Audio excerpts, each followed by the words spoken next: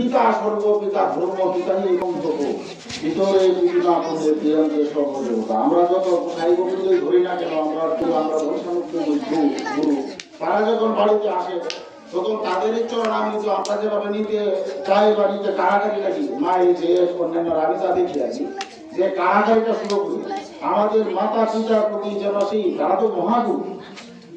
গুরু আমাকে মানে অন্ধকারটা দূর করার জন্য দীক্ষা টিকা নেই বা নাকি, কিন্তু ওনারা তো মহাগুরু। সেই মহাগুরুর সেবাটা, তাদের চরণ সেবাটা যাতে আমাদের ওই মানে প্রজন্মটা একটু শিক্ষা পায়, সেদিকেই সবার মায়েরা বাবা রাখবে, যত্ন নেবেন, এইটা একটু চালাবে। এইখানে অনেক বাবারা অনেক মায়েরা দেখেন বিভিন্ন জায়গায় বিভিন্নভাবে অবহেলিত, বিভিন্ন দুঃখে দুঃখিত, শুধু আমাদের সন্তানদের কারণে। তো এইখানে আমরা সেবা না দিয়ে দেখছি ওইদিকে একটু বেশি এটার বলা হয় কতটুকু ধর্মদিকটা আমি কি জানি না, ওনারা বলবেন না আপনারা বলবেন না। তবে আমার মহাগুরু আমার মাতা পিতা যদি আমি চরণ সেবা না করতে পারি, অন্য জায়গায় চরণ সেবা করলে কতটুকু আমি স্বর্গে ধাবিত হবো এটা আমার জানা নাই। তবে আমার অনুভূতিটা কি এটাই, আমরা যেন আমাদের মাতা পিতাদের প্রতি এই চরণ সেবাটুকু করি, গুরুর প্রতি যেভাবে করি। কারাগারে লেগে যায় ছেলে মেয়ে অন্যান্য রাজনীতি, কারাগারি ধূপ দ্বীপ জ্বালায়া উলু ধুনি দেয়, কারাগারি।